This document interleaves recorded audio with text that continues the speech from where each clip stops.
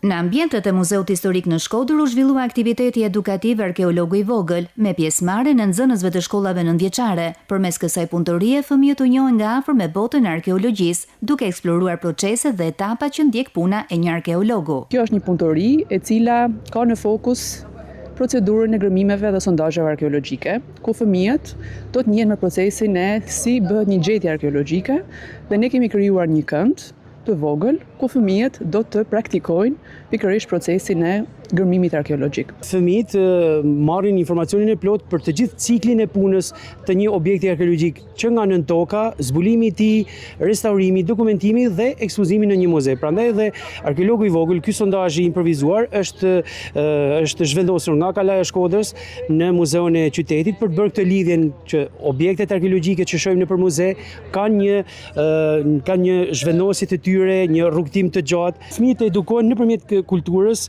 me atë çfarë ruan nën toka e vendit tonë, pasuritë arkeologjike që ka të shumta rajoni i Shkodrës. Aktiviteti Arkeologu i vogël vjen si një nismë që kontribon në edukimin kulturor të rinjve dhe në ndërgjegjësimin për rëndësinë e ruajtjes së historisë dhe identitetit kombëtar.